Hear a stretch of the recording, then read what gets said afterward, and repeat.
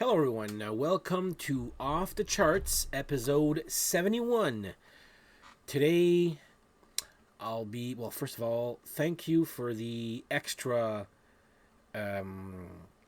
subscriptions this past week. I was like, wow, I actually went even higher up than the 200 mark.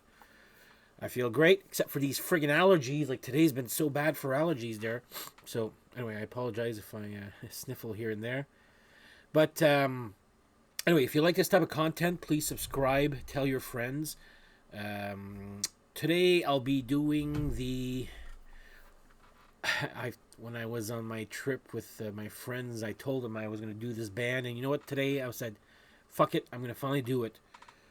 I kind of been dreading doing this because, not that I'm afraid of the comment section or the backlash, but I may bash this band a little bit. I guess I have reasons for it. So I'll be doing the ranking of the albums from Iron Maiden. Iron Maiden used to be one of my favorite bands, like definitely easily top 5 or 10 there. And they're not there anymore. I wonder why. But first of all, I'll have my Trooper beer instead of my Grand Marnier today. I love this beer, by the way. So, cheers, everybody. That's good.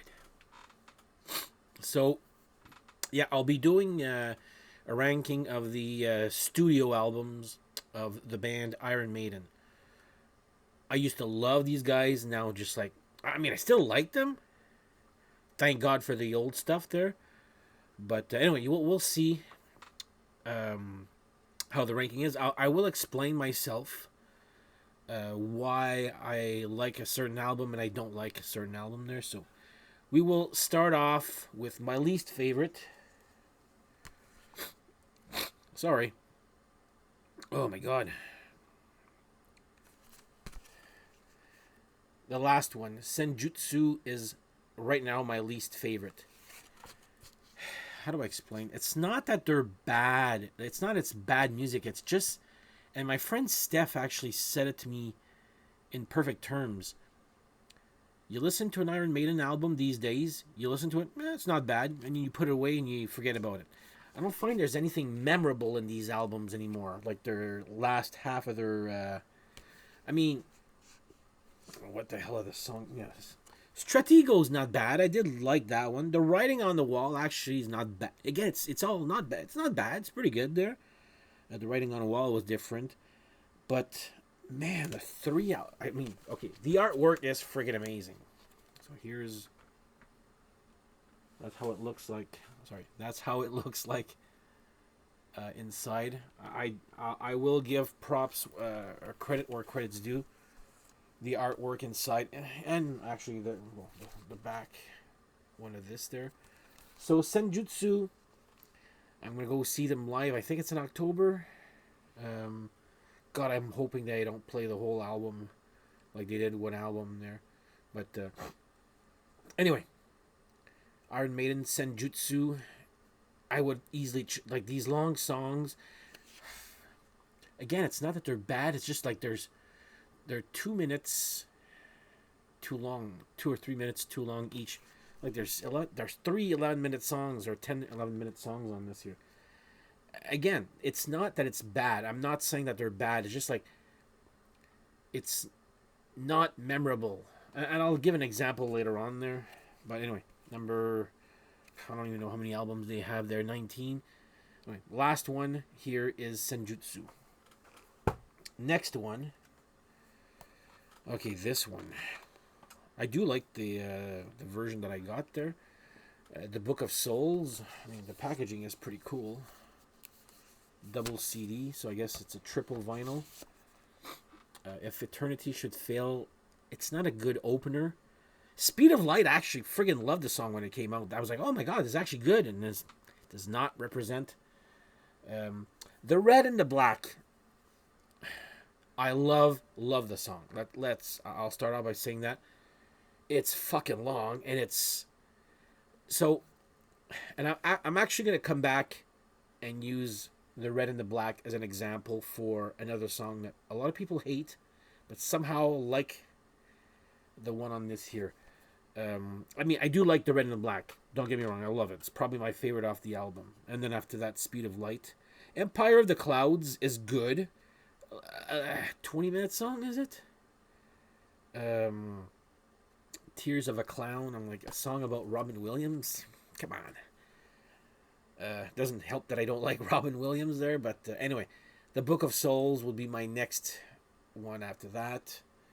Uh, I saw this tour. It was actually good show also there. Next one. Oh my god, this one here. First of all, cheers again. I just took my allergy pills. I can feel it now. My nose is actually clearing up. I don't have a cold. A Matter of Life and Death. Different World. I like that first song, and I always like the first song that they come out with, and then it just freaking these long songs, 8 minutes, 8 minutes, 9 minutes, 9 minutes. I the Reincarnation of Benjamin Brigg is actually a fairly decent song too there, but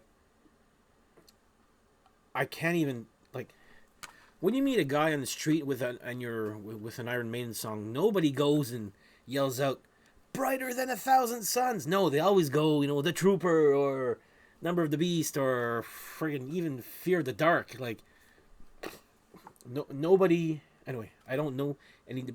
People always say, "Oh, I like the album." Sing me a song. So anyway, Iron Maiden, "A Matter of Life and Death" would be, well, I didn't even number these here. So, 1, 2, 3, 4, 5. Yeah, they have 17 albums, not 19. So I guess this would be 15. This one again, I saw the tour for it. Okay tour, if I remember there. Dance of Death, probably one of the worst album covers they have. I did love Wildest Dreams, again, a great rocker. Rainmaker wasn't bad too, I'll give it that. My favorite one is Face in the Sand, actually. I do love that intro a lot, and they keep shoving down these friggin' long intros at No More Lies. That's gotta be the most stupid / repetitive chorus ever. I couldn't even sing you any of these. Like, when you listen to these, I find that there's nothing that grabs you anymore. So no, I'm putting Dance of Death here as number 14, I guess. Next up, I was curious when this one came up. When this one came out, I was a little down about it. Apparently, everybody is a little down. But this is my least favorite of the two Blaze Bayley ones. So it'd be The X Factor. I did see the tour for this. Loved Blaze Bayley as a frontman. Not so much Virtual 11. But what I don't like about this album, it's too fucking long. I mean, Sign of the Cross, I fucking love. I really love that one. Man on the Edge, I love. My God, this is so written small here. Was it the one, Blood on the World's Hands? Yeah. What starts off with the bass solo there. That one there. Apart from that, I can't even sing you anymore. Like, again, another one of these albums I put on. I've tried to listen to them. Nothing clicks except those 4 songs I just mentioned. Sign of the Cross. Man on the Edge. There was another one here. Lord of the Flies was passable. I forget. Anyway, The X Factor, I guess, number 13. Where am I at here? 1, 2, 3, 4, 5, 6, 7, 8. Yeah, 13. So number 12. Another cheers here. Oh yeah, I can feel my nose clearing up there finally. Why did I not I wait so long to take some friggin' allergy pills. I remember when this came out here, it was like Maiden was kind of going down. I saw this concert and they were dead in the water. I saw this concert. This was anyway. The album is Fear of the Dark. I saw them. So they were, just to give you an idea, when Power Slave came. I didn't see Power Slave or Seven Son of a Seventh Son. You know, there were 10,000 people in the arena. This, I think, had 1,000, and it was in a barn right beside the arena where the the old Sens played, now the 67s play. I was front row in front of Bruce Dickinson the whole show. There was this Testament guy. Testament opened up, obviously, there. Testament, this big guy there, just there for Testament. After Testament left, he left, so I just went and took a spot, and I was in front row the whole show. Came out drenched. It was one of those fun times that I had watching a show. But anyway, Fear of the Dark. I mean, Be Quick or Be Dead is good. From Here to Eternity, I do. It's a guilty pleasure, I guess you would say there. I do like that song. Judas Be My Guide, I did like it. Fear of the Dark, I love it and I hate it at the same time. I am so sick and tired of hearing it because it's the only song they play of that era. I was like, I do like it. Don't get me wrong there. It's just I've heard it so much. You know when you're like, oh my god, the crowd chants with with everybody. Anyway, I'm putting this one here as number, I guess, 11. Sorry, I'm just going to go next now. I've lost my count. I should have written down the numbers there, but anyway, this is not the first one here. But anyway, we'll get to that guy soon there. This one came out. We were excited, but then as time went by, I'm just like, I never listened to this album anymore. Which is Iron Maiden, No Prayer for the Dying. My first time seeing Iron Maiden live, I was very disappointed because of the hype. My friend Steph told me, oh my god, this is going to be the greatest show. And I do respect them for what they did on that tour, which is toning it down, the visuals. It was just a straight up rock show or heavy metal show. There's only 4 songs on this album that I love. When I say love, they're like Tail Gunner, I love. Holy Smoke, I love. Hooks in You, I love. And Bring Your Daughter to the Slaughter, I also love. This is the first album also to feature Yannick Gers. Correct me if I'm wrong, like none of my friends, no one here in Ottawa, Canada, or Ontario, or people that I talk to, actually like Yannick Gers. Do people actually like him? Like, his antics on stage just fucking annoy me. He should be in Poison, not Iron Maiden. Doesn't matter just the playing and all that. I really don't like it. It's probably another reason why I don't like all these newer albums, because he's on it. He really annoys me. Sorry. He annoys my friends. Anyway. Iron Maiden, No Prayer for the Dying. It was good at first, then it just became like, this is when they became bland. I wouldn't say that the other ones are that much better there. And you'll be surprised by my next pick, I'm sure. And I'm gonna have an argument with that one too. So where are we here? 1, 2, 3, 4, 5, 6, 7, 8, 9, 10. This is my 10th favorite Maiden album. I thought I just said I wasn't gonna count anymore, and here I am counting. Fuck. My 10th one favorite. Virtual 11 by with the second one by Blaze Bayley. Future Real, I love. The Angel and the Gambler, and I'm going to come back to that, I love, by the way. The Educated Fool, I love. The Klansman, I like. Okay? That's the only one they keep playing, and I'm like, there's so many better songs on this album than The Klansman. But The Angel and the Gambler, here's my beef with people saying that Blaze Bayley, or especially Angel and the Gambler sucks. Oh, it's too repetitive. Oh, it's too long. Oh, they're singing the same thing. Well, you know what? Same thing with the Red and the Black. I listened to it the other day. I'm like, holy fuck, it's the same fucking thing repeated over and over. It's like, oh my god. Like, the thing is, I do love that song. Don't get me wrong, and I do love The Angel and the Gambler. I think it's one of the better Blaze Bayley songs. I don't know. Like, people are bad. And I'm not here to offend anybody here. People keep, and he's an easy target, obviously, and I see why.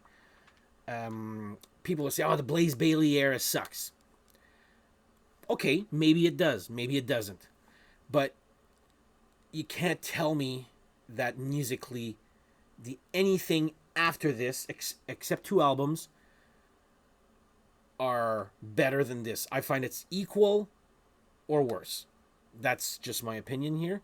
But the Blaze, especially this one gets a lot of flack from people. I actually like it a lot. But the albums that came after, to me, unless I'm really missing something, guys,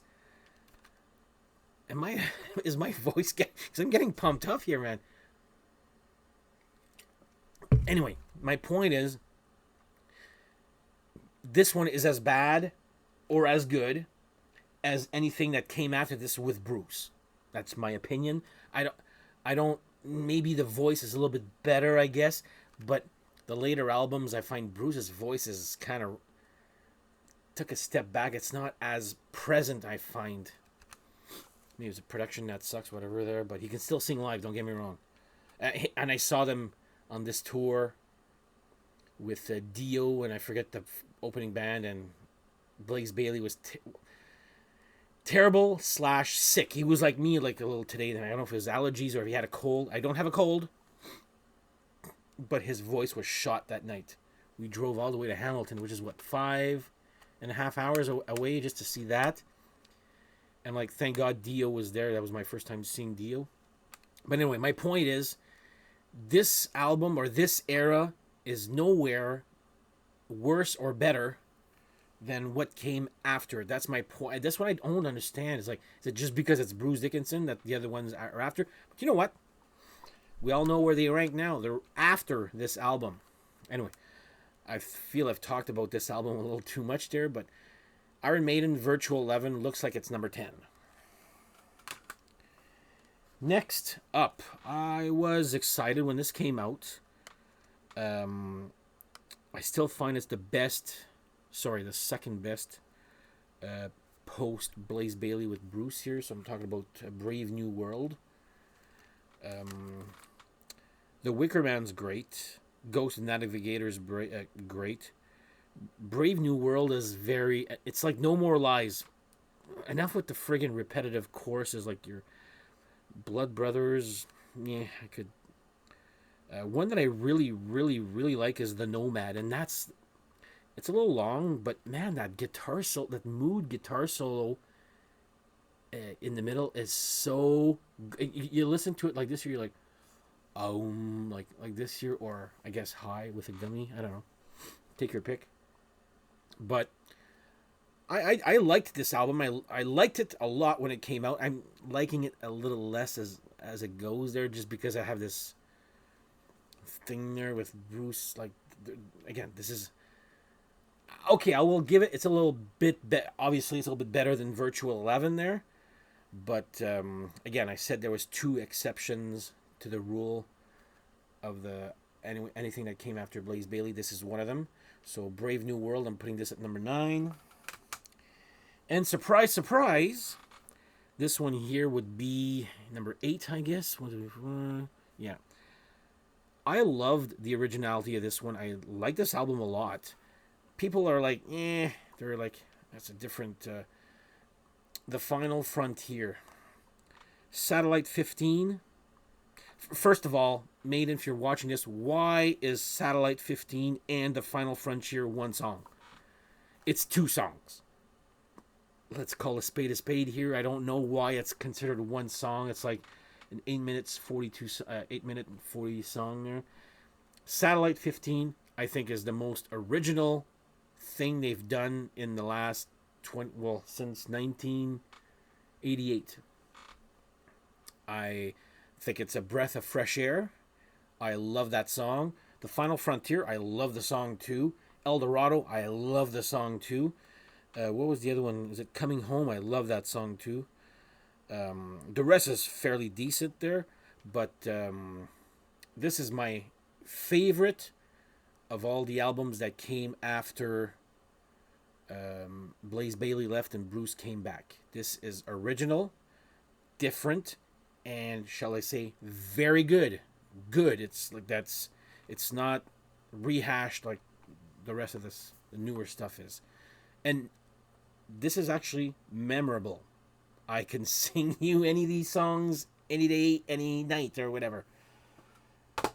Now that we got all those albums out of the way, again, cheers. I'm friggin' yapping here.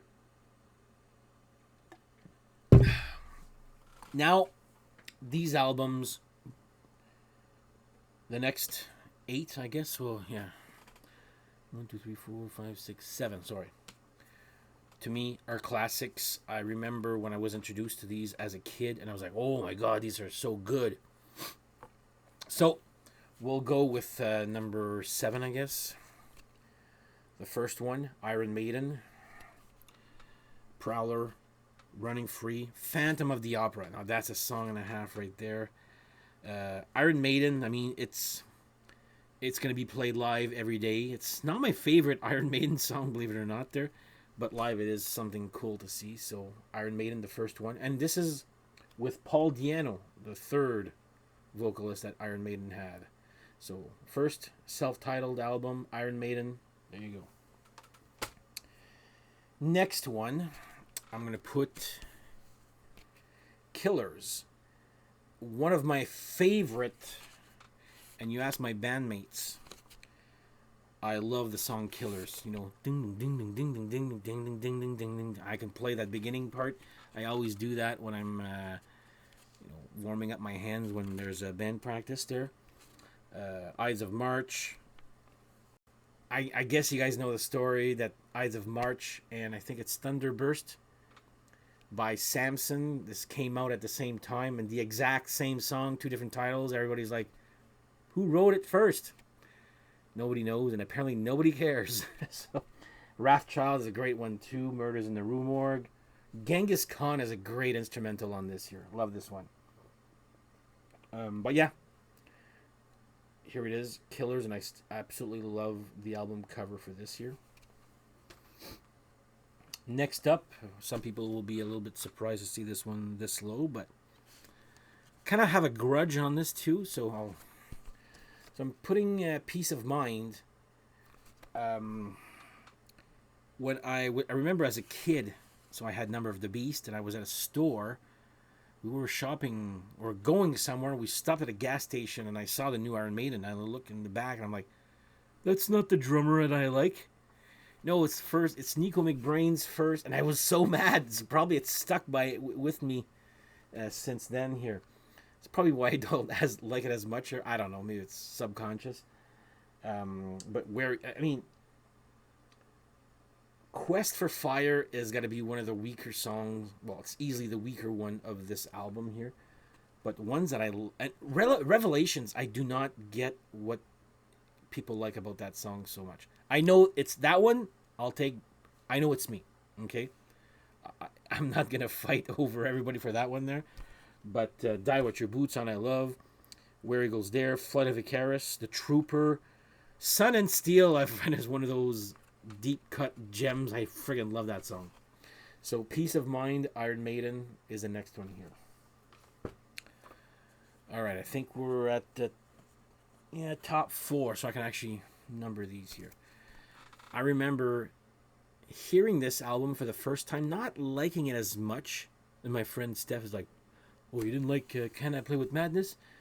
First of all, it's got one of their better album covers. The colors are beautiful. Like, this is what you call a great, great album cover. But then I gave it to him, the cassette back. Then I took it back about a year later, and then I fell in love with it right there. And I was like, wow. Moonchild. Infinite Dreams, that's one of the better songs. Again, another deep cut. Can I Play with Madness? You know what? I like that song. Evil That Men Do. I'm a little tired of hearing it. Seven Son of a Seven Son. That's a great, great song. Love, like that's one of those long songs that I love. The Prophecy, I love. The Clairvoyant, I love. Oh, like, you know what? I'm not gonna name the whole friggin' album. I love this album here. It was a great one. Took me a little longer to appreciate it for what it is, but for like the longest time, all I had was Number of the Beast. So I think this may have been the second one that I bought. Anyway, Iron Maiden, Seven Son of a Seventh Son, number 4. Cheers again. Oh yeah, those allergy pills really help. Or maybe I just needed to talk because I was working my night shift today there, so I wasn't talking to anybody hardly. Yeah, I'm ready to bitch about. Let's start this episode again and start bitching from A to Z. No. All right, next one here. Should I tell this? Yeah, what the hell? I will tell the story. So, and I told my friends this story on this last weekend. So, this is my third favorite. You know what? No, I'm gonna wait until you'll see why. So, Iron Maiden Power Slave is my third favorite. First of all, this is a very classy, just like Seventh Son, very classy album cover. Love this one. I love the colors on this one here. Derek Riggs ruled, man. I'm sorry. Yeah, there we go. Aces High. See, this is okay. They can still play Aces High live. How come you don't have any more fast songs like this anymore on the newer albums? It's all mid-tempo, almost mid-tempo songs. 2 Minutes to Midnight. Some people are tired of hearing it. You know what? I think it's a great song. Lost for Words, a great instrumental. Not my favorite instrumental of Maiden. Flash of the Blade, yeah, it's good. The Duelist, I love that one a lot. Back in the Village, I fucking love that one. Power Slave is good, and Rhyme of the Ancient Mariner. This is my first introduction to long songs.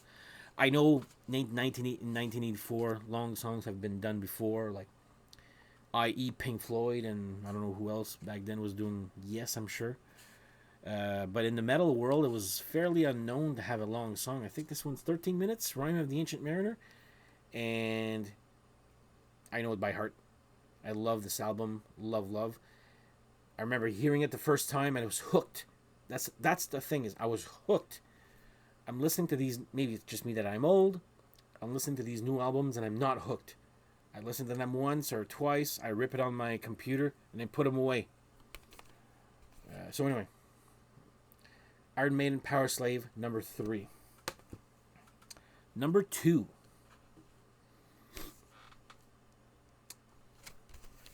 Somewhere in Time. I don't think there's Deja Vu is my least favorite song of the album, but it's still great. Like, Caught Somewhere in Time, that song is actually, when I first bought my bass, is the first song I learned to play on bass, believe it or not. And I was actually pretty good at it. Like, I'm no Steve Harris there, but I had the tempo, the groove, the right notes. And I remember going to my friend Pascal's house. I just bought my bass, put on Somewhere in Time, and I'll play along with it. I mean, I think he was expecting lots of errors. There were not lots of errors. I practiced the crap out of that one, and he's like, okay, welcome to the band. I was already in the band, just as a thing, but anyway. But yeah, Caught Somewhere in Time, I love that song. Wasted Years, a little tired of hearing it, still love it.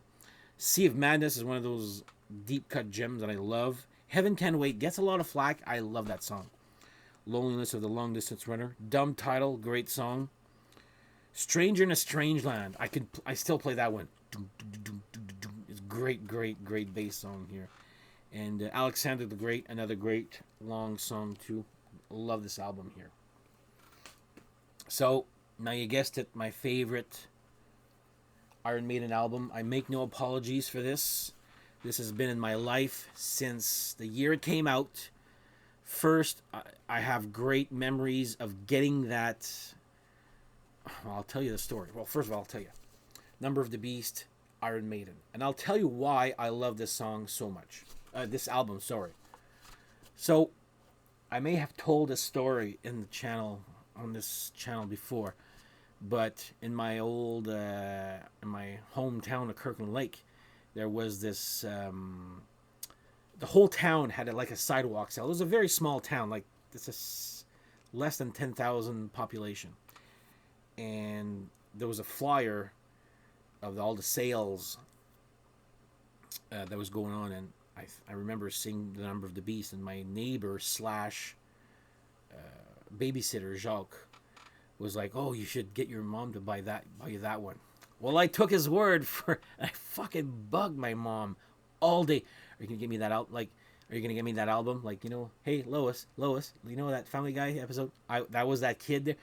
Okay, like, are we gonna go and look for that album there? Are we gonna look for that album? And then we went to the store. It was like step 1 out of 2 or 3. And well, if you buy yourself something, you have to buy me something. I think it was the only time in my life, actually, I bugged my mom to buy me something. Like, I bugged the shit out of her. Rest in peace, Mom, there. I was like, oh, if you buy yourself something here, you have to buy me something. So she's like, she gave up. Fine, let's go buy your album.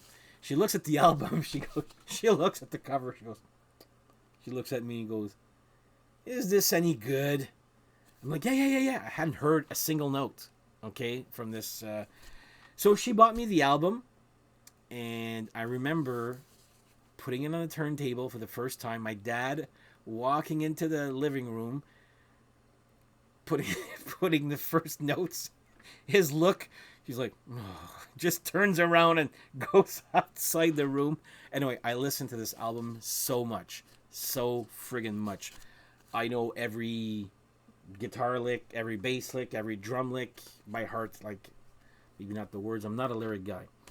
So that story that I was going to tell you guys there. So back when I first moved, so this was in Kirkland Lake, and I moved to Orleans, we had this French teacher, Monsieur Chartrand, same last name, we're not related. French class, okay, back in 1904, and he would, while we were reading books, he would let us play music on the room tape recorder. Man, I remember listening to Kiss, Iron Maiden, Wasp. I forget what else bands there. Those were the ones that I remember. And my friend Mark had Power Slave. So I'm like, well, Mark, if you like Power Slave, you should get this album. So I wrote, I forget how the whole, I remember the gist of the story, but the gist is what's important. And so I told him, tell your mom or go and get The Number of the Beast. It's a great album. And he's like, okay, no problem. So I'll tell my mom she's going shopping tonight or something like that. The next day, I'm like, so did your mom buy you the Maiden album? And she goes, no. She went to the store and they told her it didn't exist. And I'm like, what? I have the album. Well, yeah. And then he showed me the piece of paper, or I forget if he showed me the piece of paper, but apparently he or I apparently wrote The Number of the Yeast. And I'm like, okay. So you're telling me your mom went to the record store. I'm looking for The Number of the Yeast by Iron Maiden. And the guy at the record store says, no, I'm sorry, that album does exist. You'll have to leave now. No, I'm sure that's that. So there's something with that story that doesn't make sense. So either she didn't go to the store, he's lying, or she saw, like I think my friend Yan's cousin, the Rock, said she just probably saw the album cover and said, no fucking way I'm buying you that. But The Number of the Yeast, I'm like, okay, one letter different. And I'm like, So anyway, the whole story was she didn't buy him the album, The Number of the Yeast, because it didn't exist. But nobody said, don't you mean The Number of the Beast? I think that's what your son meant. But anyway. So anyway, I'm finishing off with this. See how I'm smiling now? And that's how Iron Maiden made me feel from their first one up until Seventh Son of a Seventh Son. Not a bad album. Perfect length. Not too short, not too long. Perfect length. The new ones are just too fucking long. My attention span gets lost. And there's nothing memorable. There's so much memorable. Love or hate Run to the Hills or The Number of the Beast. I still love those songs. Sure, we're all sick and tired maybe of hearing them. But actually, you know what? Number of the Beast, I'm not sick and tired of hearing that song. Run to the Hills to a point. But I bet you, as I'm saying that, you're fucking humming along to Run to the Hills right now. And you're not humming to... Here, I'll just grab one by...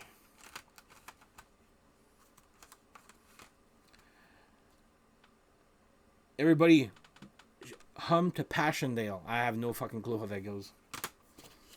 But hum to Run to the Hills, I'm sure you can. So anyway, that's my ranking of the Iron Maiden albums. I don't want to start a fight, guys. It's like, it's my opinion. It's my channel, I guess, there. I'm sure there'll be lots of different opinions on the comment section here. But that's how I feel about the newer Maiden versus the old Maiden. I love album number 1 to 1988, Seventh Son of a Seventh Son. No Prayer for the Dying and Fear the Dark to me are just, they're not in their right.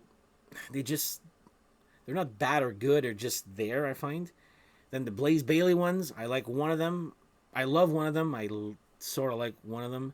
And then the rest after that, the newer Bruce, I just don't find them any better or worse than the Blaze Bayley era. And that's the big beef I have, is like, oh, Bruce is back, then everything else is back very good too. Anyway, I'm not going to rant about this. I've already told my story with that there, but I'm going to give credit where credit's due. Maiden, when you fucking ruled, you fucking rule, man.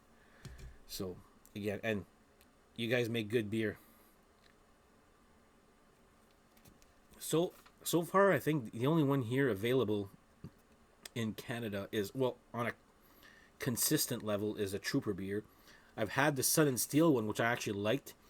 They also have a 666 one, which I didn't really care for. But you guys know me. I'm a sucker for these types of products here. So